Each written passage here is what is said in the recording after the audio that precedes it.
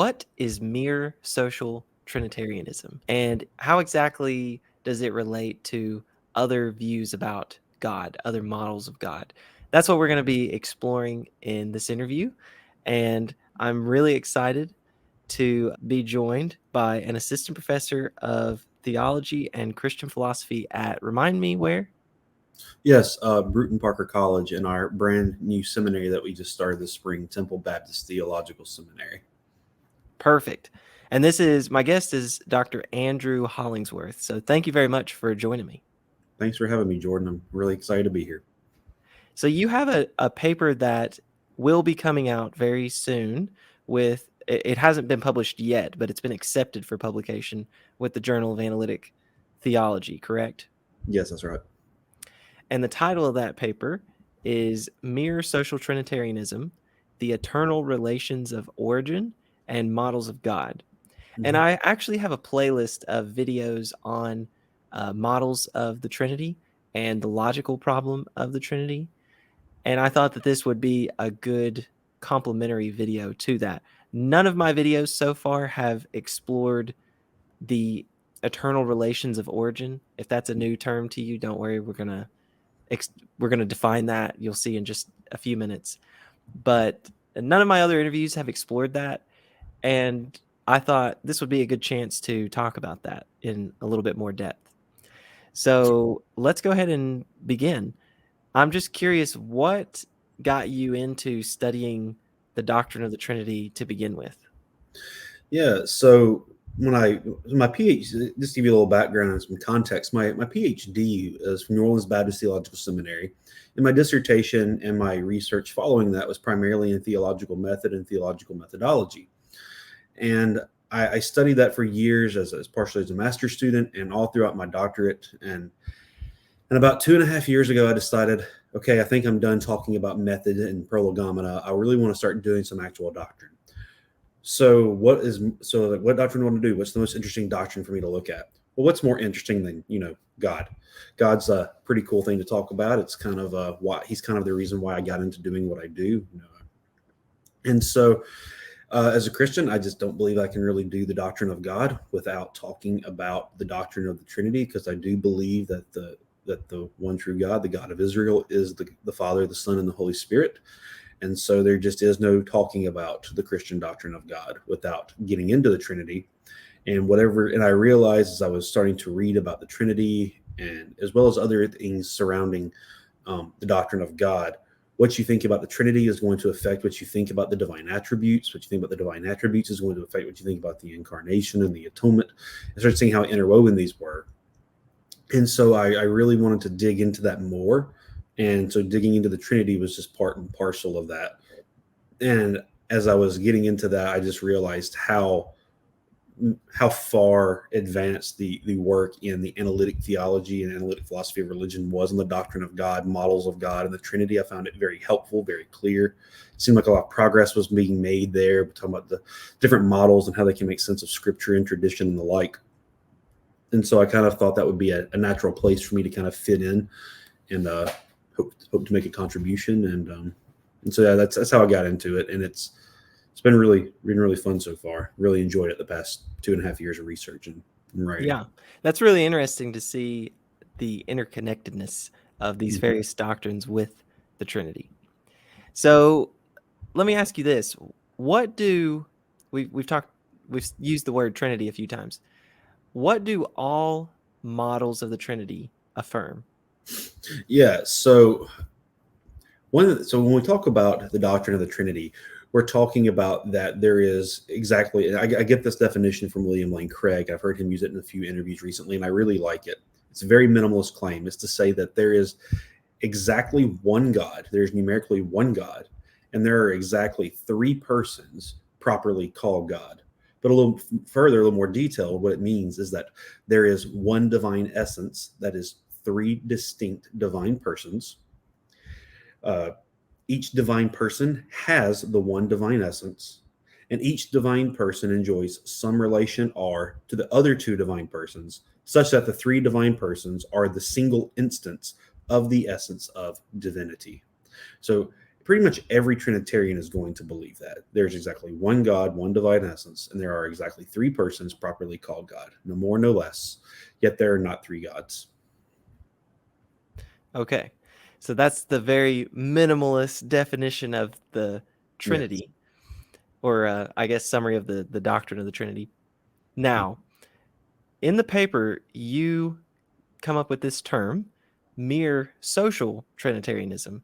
So this is going to be not just this minimalist Trinitarianism, it's going to add something that makes it distinctly social. But it seems like you've tried to come up with a definition that there are lots of different versions of social Trinitarianism, but they all will affirm this. So I guess that's my long-winded way of saying, what is mere social Trinitarianism? Right. Well, just to kind of further set that context, the term social Trinitarianism gets thrown around a lot. Sometimes people use it pejoratively, even though it's not always used pejoratively, but some people do. Um, but it's oftentimes unclear when people talk about, oh, well, I'm a social Trinitarian, or I'm very critical of social Trinitarianism. Well, it's important to delineate exactly what we're talking about because the term has been used in several different ways.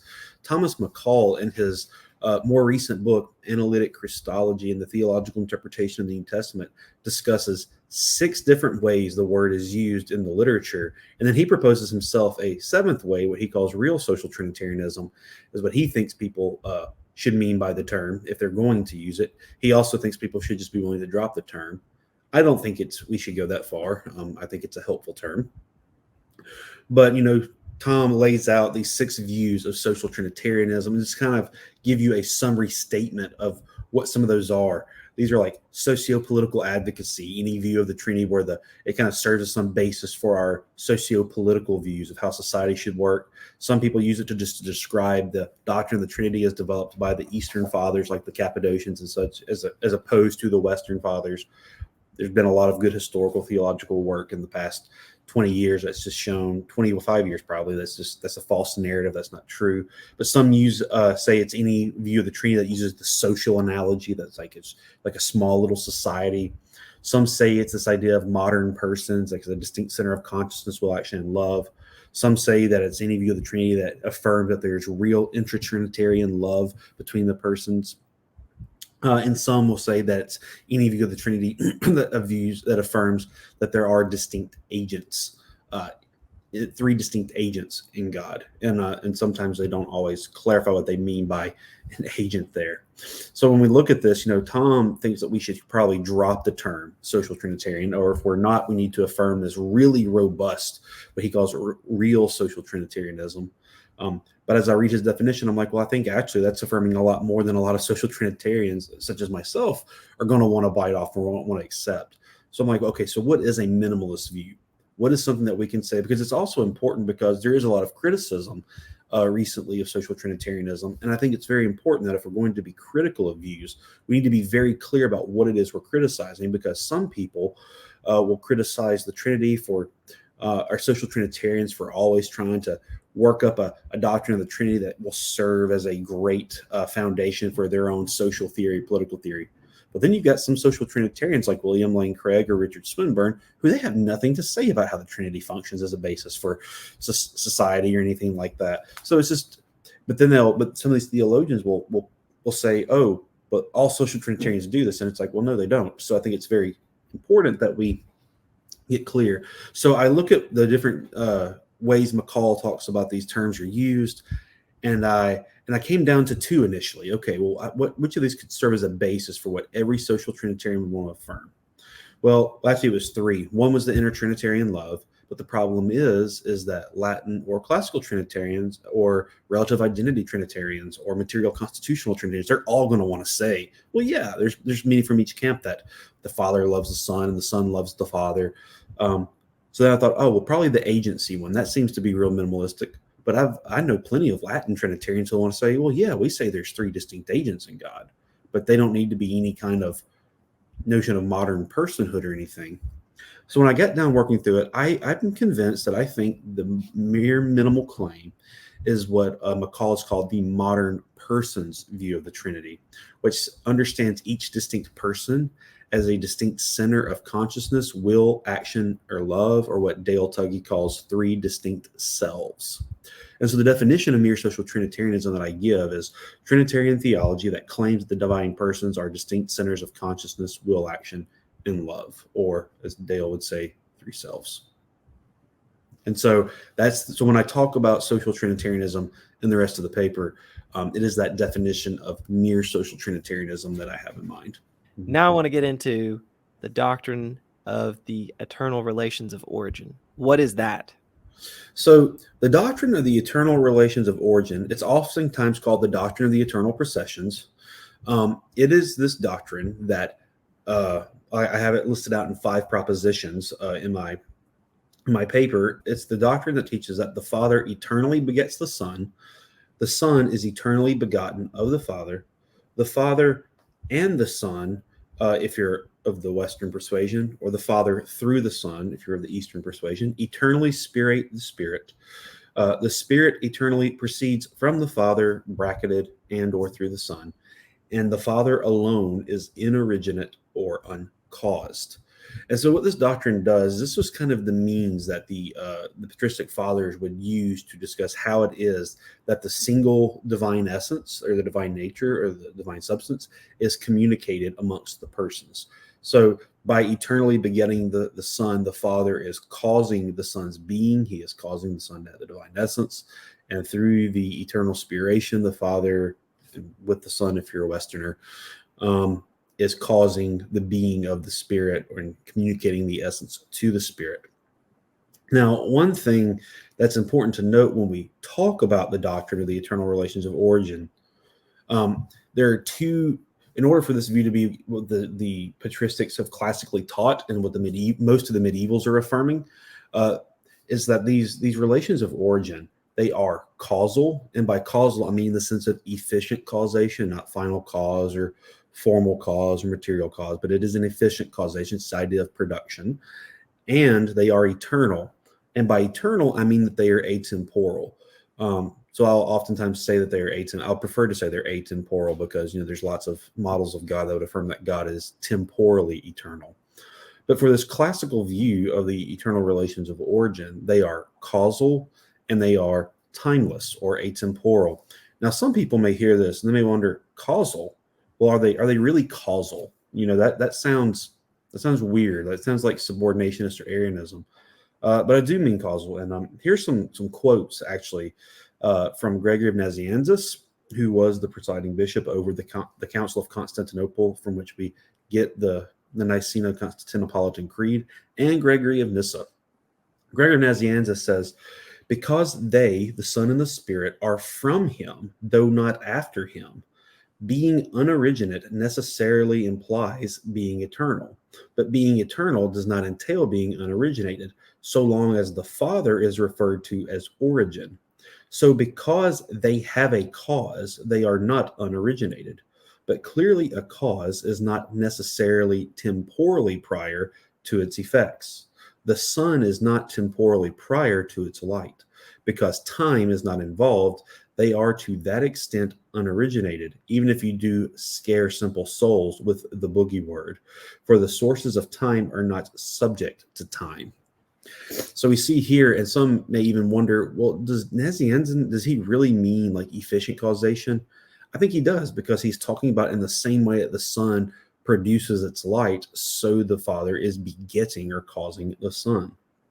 Here's a lengthier quote from Gregory of Nyssa, and we can see the same causal language used throughout his quote. He says, if, however, anyone cavils at our argument on the ground that by not admitting the difference of nature, it leads to a mixture and confusion of the persons, we shall make to such a charge this answer, that while we confess the invariable character of the nature, we do not deny the difference in respect of cause, and that which is caused, by which alone we apprehend that one person is distinguished from another. By our belief, that is, that one is the cause and another is of the cause, we recognize another distinction. For one is directly from the first cause, and another by that which is directly from the first cause, so that the attribute of being only begotten abides without doubt in the Son, and the interposition of the Son, while it guards his attribute of being only begotten, does not shut out the Spirit from his relation by way of nature to the Father.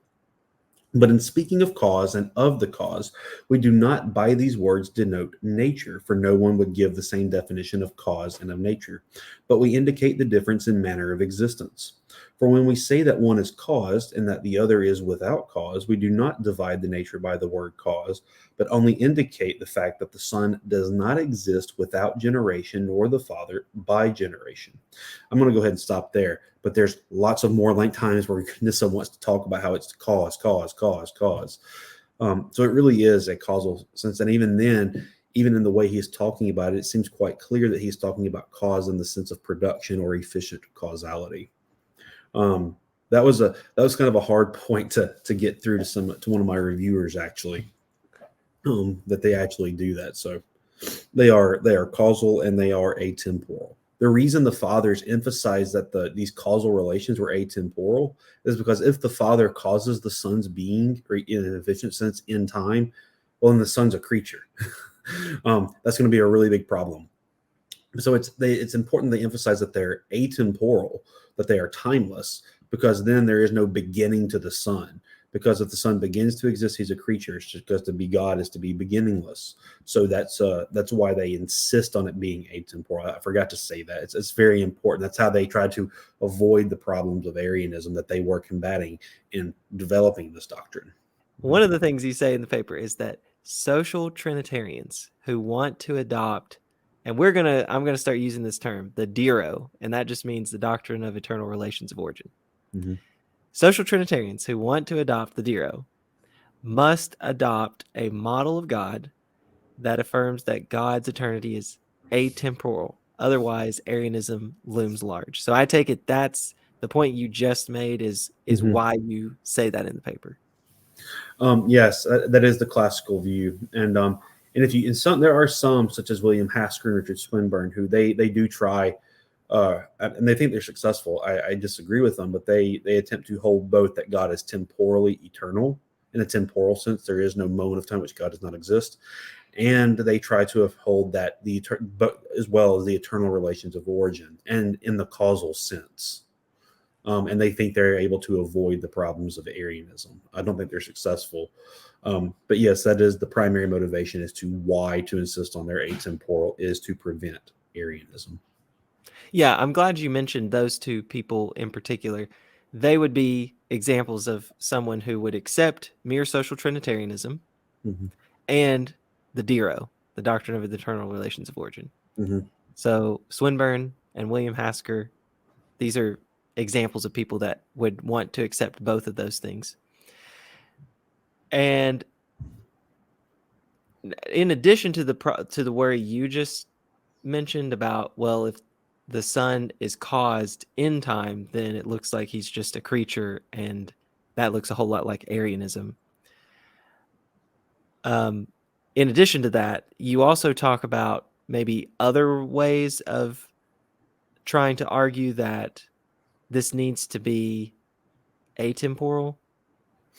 Yeah, so I look in particular at what Hasker has tried to do, because Hasker deals with this a lot more than Swinburne does. Swinburne doesn't really tell us how it is that God's being temporally eternal is consistent with the eternal relations of origin, because Swinburne also is very clear that that when it gets that causes always temporally precede their effects. So it's just kind of, so if the cause is at T1, the effect is at T2. So, and I just that I think that just is Arianism. But he doesn't really give us a story of how that works. Hasker, in an exchange with Ryan Mullins in the European Journal of Philosophy of Religion, they've had Ryan wrote a paper criticizing Hasker's view on this, and Hasker has responded to it. Hasker, in his response to Ryan, tries to give us a story of how this could work. Hasker gives us two ways this could work. He says, well, suppose that causes do always precede their effects, temporally speaking. Suppose Paul Helm and Swinburne are correct when they say this. Well, that's not a problem. He says, so we have the Son, the Father existing at T1, the Son at T2. That's not a problem because he says, well, the Father would just exist at T0 and then the Son would exist at T1. Now, I'm critical of this move. I'm like, well, presuming that there is no T before T0, I don't know what a T negative one would be. Presuming that is, I still think we have Arianism. It seems that we always have this there's always a state of affairs where the Son is temporally succeeding the Father. And I think that this still is a problem for Arianism. But then Hasker also is clear that he's not convinced that causes have to temporally precede their effects.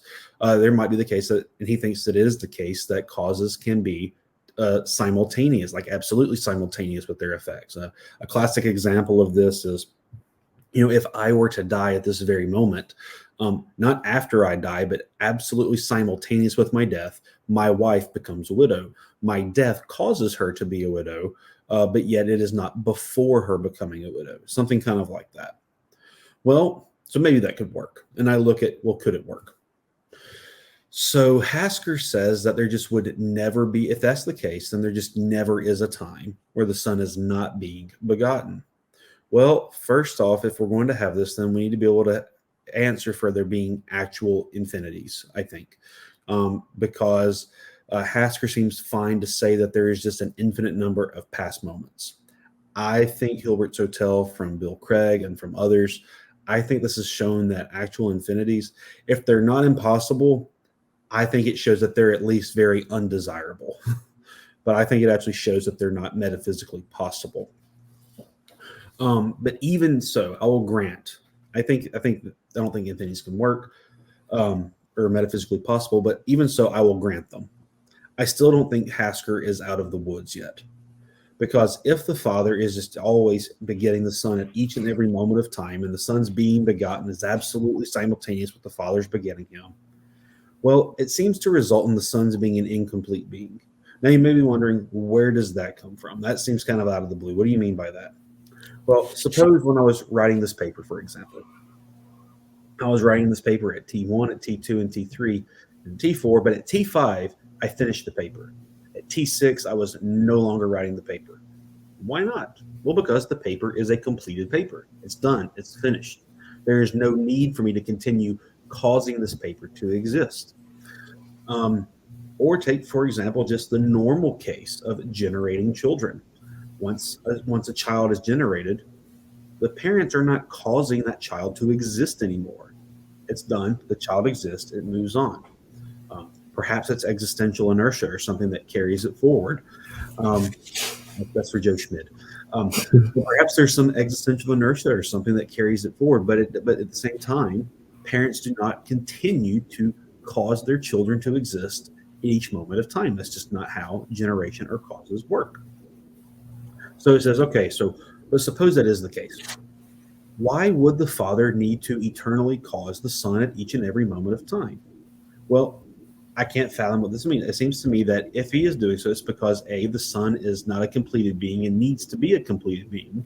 But we have a problem here because a perfect being is one that is a completed being. If one is incomplete, needs to be completed, just by definition, it's not a perfect being. That's not a scandalous claim.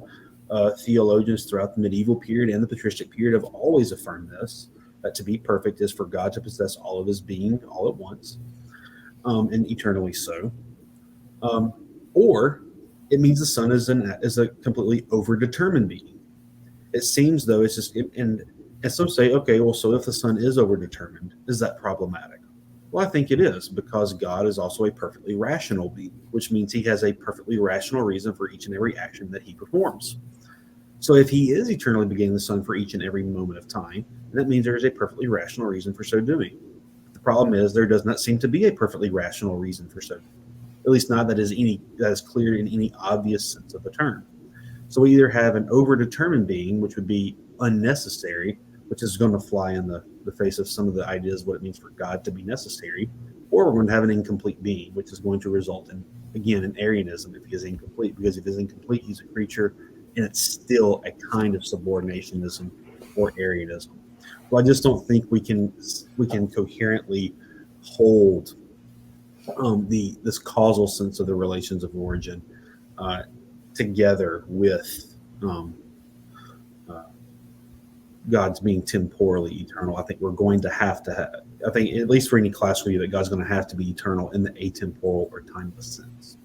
The idea is we've got somebody that wants to affirm mere social Trinitarianism and the DERO, Doctrine of Eternal Relations of Origin.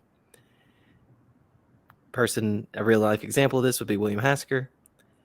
And originally, those that crafted the Doctrine of Eternal Relations of Origin said, hey, these relations, they're causal and they're timeless. William Hasker says, you don't need that timeless part. These relations can be causal, sure, but they can be in time.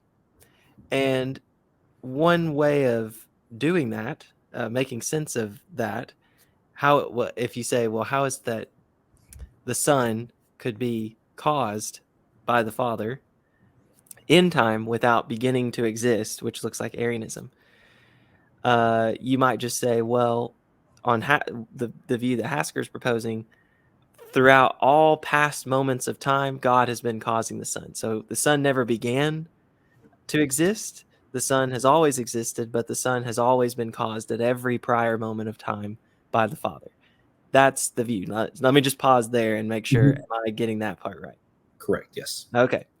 So then you want to push back on that point and say, well, wait, it looks like if that's the case, then you would be committed to the view that there's an actual infinity. So there can be no first moment of time. Otherwise, that's when the Son began to exist on this view. And you're trying to avoid a beginning to the Son. So it looks like you're committed to an actual infinity. And if somebody says, yeah, I believe in actual infinities, no problem, you say, well, it looks like maybe Hilbert's Hotel would provide you a reason for thinking that actual infinities can exist. Am I right about that so far? Yeah. Okay. Now, I don't buy that point. I don't think the Hilbert's Hotel thing works. I have an interview for the viewers are interested with Dr. Adrian Moore at Oxford, where he critiques Dr. Craig's Hilbert's Hotel example. But you even say in the paper, you're like, set that aside. I have another consideration that would count against this view, and that would be that the Son looks like an incomplete being. I don't, as of yet, I don't buy this objection. And I wanted to see what you thought. Okay. This came up in your interview with Dale Tuggy. So he talked about creation. So here's the thought. Here's the analogy. God creates. And you have the fall, and creation has been corrupted, and so on. God, he didn't just create. He's also sustaining, right? Creation would not exist were he not still, at this moment, sustaining creation. Now, let's say the eschaton happens. And so now, thankfully, you and I are in heaven with God. Heaven's come to earth. However you put that beautiful picture, you know? Okay, so we're in the eschaton, but God's still sustaining it. And you might say, has creation reached its fullest potential? Is it complete? Is creation complete now? And it seems to me like you want to say, yes, we're in the eschaton, like we're in the final, we're at the end here, and God still is still sustaining it, but it's still a complete thing. What do you think about that? So I don't think it's the same kind of thing. I would agree. Yes, God is still sustaining it. Yes, yes, that creation is complete. But God is no longer producing creation. And I think that's where the real difference is, that when we talk about efficient causes in the way that the fathers were and the way that like Aristotle and others were, it's this idea of a cause is producing some effect. It's not simply sustaining that effect. I mean, this is why the fathers call them the eternal relations of origin, not the eternal relations of sustainment. So I don't think it's the same kind of action that's being talked about. It's not the same type of cause. It might be something like grounding. It could be something else, but it's not an efficient cause in the sense of where it's a productive act anymore. And the eternal relations of origin have always been about it's this act of production, the same way that the sun produces its light, so the Father is eternally producing the Son without beginning, without end, without succession, without temporal location. And that's why I don't think this analogy really works out. Because yeah, I would agree. Yeah, you could rephrase it to say, well, yeah, but the Father is just eternally sustaining the Son. But then let's think about what that means. So the Father has had to cause the Son to exist. He is no longer causing the sun to exist. When did he stop causing the sun to exist? Well, it's very unclear. Even if there's an actual infinity, you have to say that in one sense the sun has infinitely or eternally been completed. But then you've got the sun eternally being produced. I don't think that makes sense, but we'll grant that it does, again, for argument's sake. But at some point in time, the sun is no longer being produced, but now he's being sustained. Well, this just seems a little odd. And it's going beyond what the fathers wanted to say. I don't think they just wanted to say that the Father is sustaining the Son for all eternity. It's this idea of production. Because now if we do have the Father having to produce and sustain the Son for all eternity, then it's just very unclear to me in what sense the Son is ontologically equal and not subordinate to the Father. So I still think it's going to have this Arian problem. But even if it doesn't, I just don't, at this point, I don't think we're talking about the same doctrine anymore. Mm-hmm. So insofar that these relations of origin are productive causes in the sense that the fathers seem to be talking about, then it seems very weird to say that the Father is just eternally producing the Son. Mm-hmm. So I'll give one bit of pushback, and then I promise we'll move on. It's okay. An interesting objection you raised. And I will say this, I'm not familiar with anyone else that makes this argument. If there is anything that's very unique or novel that I do in the paper, it's this particular thing. And I will say I do try to further develop this argument in another paper that's currently under review at some journal that I won't name, so that way, in case those reviewers are watching this interview. Sure, yeah. Okay, so go with that example of the sun as in the S-U-N, the big ball. Okay, go with that example for a second. So you have the sun and the light that it produces. Mm-hmm. Okay, so you say the sun is causing that light. But suppose for a second that the sun has just always been producing that light in forever. For every past moment, the sun's been producing that light. It seems like that's the very type of example they appeal to, the sun and producing light. So it's production, but it looks like you could still say that's what I'm envisioning. The Father is just eternally producing this, just as the sun produces this light eternally. Yeah. So, but even then, now granted, we know a little bit more about from science about what it is for the sun to produce light and such, for anything to produce light, really, that the fathers didn't know about, namely about. But the thing is that as the sun, in a temporal sense, is always causing its light, the problem is it's not numerically the same light. Some photons are passing out of existence and new photons are coming into existence. So it's not even really an apt analogy at this point, because there is something still falling away. Because so even on this analogy, I just don't even know what it means to say that the sun is producing the numerically same light for all eternity. And I guess that's kind of where this analogy still fails on the temporal sense, is that, well, no, because the reason the sun is continually producing more light is because some of those photons are falling out of existence. It's producing more and more. That's why there's not an infinite amount of light in the universe. That's why there is a finite amount of light produced by the sun, even if it was, going back to eternity past. Does that make sense? Okay. Yes. The only pushback I have there is I don't think that the writers that appealed to that analogy of the sun producing light knew anything about, and you would agree, they didn't know anything about photons falling out. So the move that you're making, that that's not what they're having in mind. For all they knew, it's producing this light. And Yeah, it seems like you're committed to saying somehow that the light is like incomplete or something. I don't really have that intuition that the light's like incomplete. I think it will either be incomplete or it would be overdetermined. So I say, even if let's suppose it's not incomplete, well, now it's overdetermined, or it somehow is just going to be this infinite thing. And I don't think that's going to work out. I don't know what it means for something to be eternally caused in a temporal sense. Again, if it's sustainment, I just don't think it's the same thing as production. Because if there was a certain amount, let's say there was a limit, a certain amount that it needs to reach, once it's reached that limit, it's going to stop. It's going to complete. Otherwise, there's going to be overflow. And maybe you want to say, well, yeah, the sun's like that. It's like overflow. But again, I don't think that works when we want to talk about divine ration. I mean, overflow might work as a nice metaphor and a nice analogy, but I just don't think it's really going to work when we want to get down and say what it means for God, who's perfectly rational and a perfect completed being.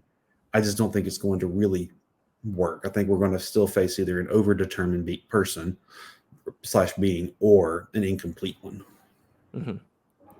All right. Well, for the sake of time, I say let's. No, I mean this is probably the most controversial thing I say in the paper, and I am still working it out some more. So it's not done deal, and I'm open to the criticism. So I'm all for it.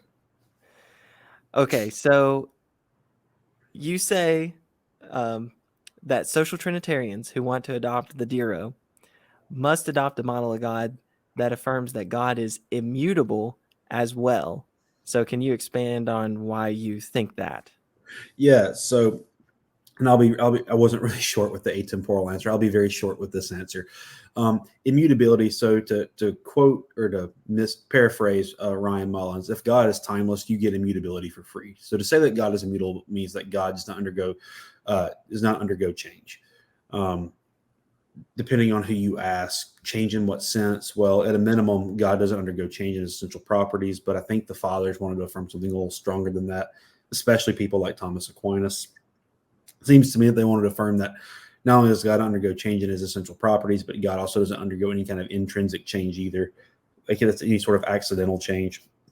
So and that's one of their motivations for affirming that God's timeless as well. But if God is timeless, you get immutability for free, because if God cannot change and he cannot undergo temporal succession, nor can he enjoy temporal location, nor will he have a beginning or an end. So if you're going to have timelessness or atemporality, you're just going to have immutability. Because if something changes, it's going to be temporal. Mm-hmm. Yeah. So in terms of the dialectic, you've tried to argue that if you accept mere social Trinitarianism and the Diro, you need to be committed to the view that God is timeless. And that was kind of the previous discussion that we had. I gave a lot of pushback on that, but you say that, that's the way it seems to you when you look at these arguments. So, but then if God's timeless, he's got to be immutable. And that's the get it for free part. Because if he was changes involve some type of time here. Right. So then he's going to be immutable. But then if he's immutable, are you committed to saying that he's impassible? I believe so. Now, some people might want to challenge this, but the doctrine of divine impassibility, as it's classically been understood, claims that God cannot suffer, that God cannot be acted upon or moved by someone or something external to God's self, and also claims that God does not have passions. And Ryan Mullins has done a lot of work on this, and so has people like Paul Gavrilyuk. Paul Gavrilyuk gives a much more detailed and elaborate definition. He says to say that God is impassible means that God does not have the same emotions as the gods of the heathen, that his care for human beings is free from self-interest and any association with evil, and since he has neither body nor soul, he cannot directly have the experiences typically connected with them, that he is not overwhelmed by emotions, and in the incarnation emerges victorious over suffering and death. And also, it's important for us to note that especially in the medieval tradition, the medieval theologians are also committed to this idea that to say that God is impassible means that God can never be disturbed, that God exists in an undisturbed, immutable state of perfect bliss and can never be moved out of that. So because that state of eternal bliss is eternal, it's timeless, it's immutable, God cannot be moved from that. But if God is passible, then that means he's going to, at least in some way, be able to be acted upon by something. He's going to be able to be moved by something. So it seems to me that insofar that impassibility is also committed to this idea of divine blissfulness, then it's going to follow that the impassibility is going to follow from immutability. Mm-hmm.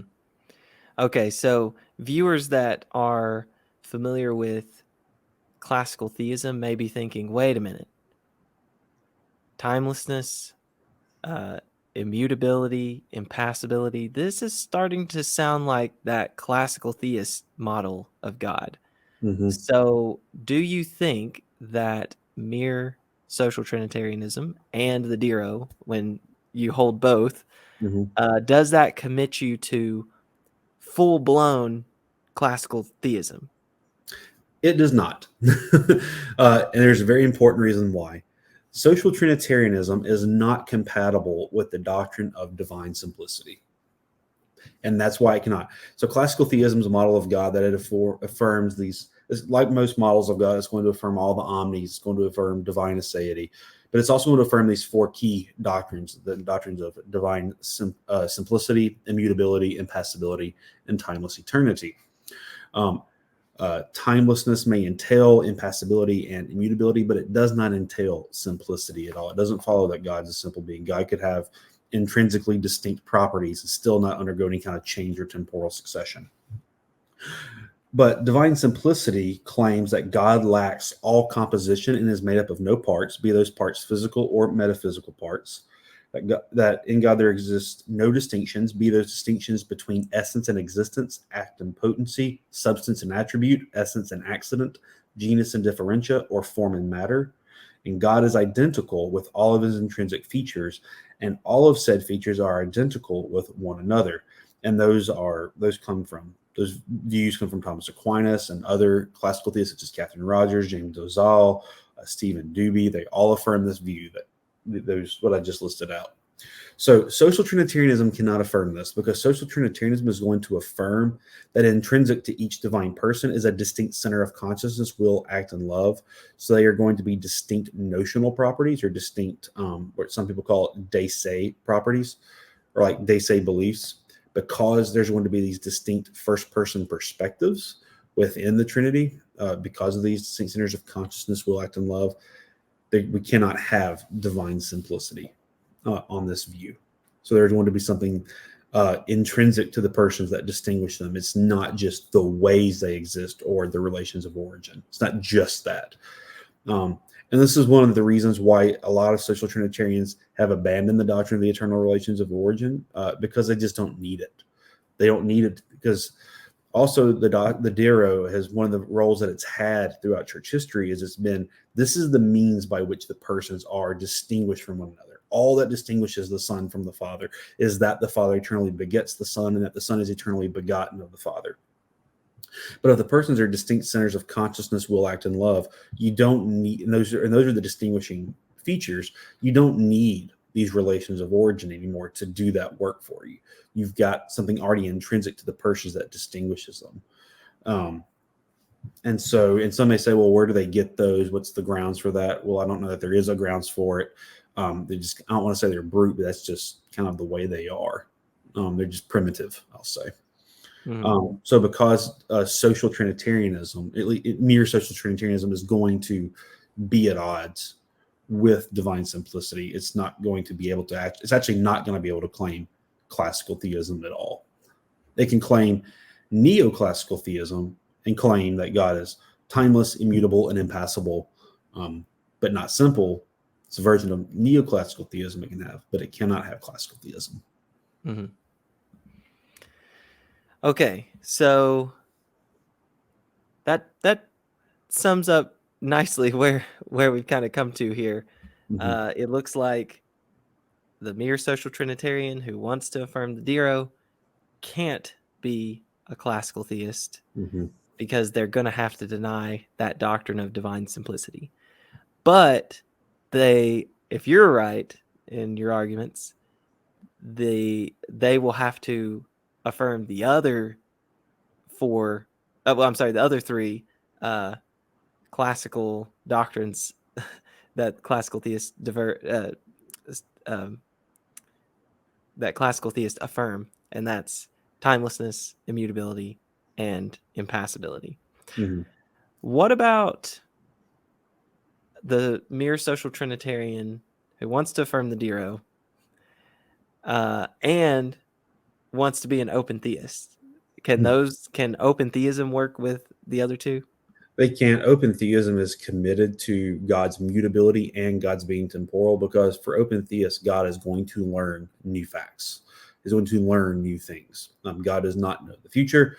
Once the future becomes present, God will know those future things, those future facts, because they'll be present facts. So God will know them. So there are intrinsic changes that God undergoes in his knowledge. That's not to say that God changes in his essential properties. God is still omniscient, they will say, in that he knows all that there is to be known.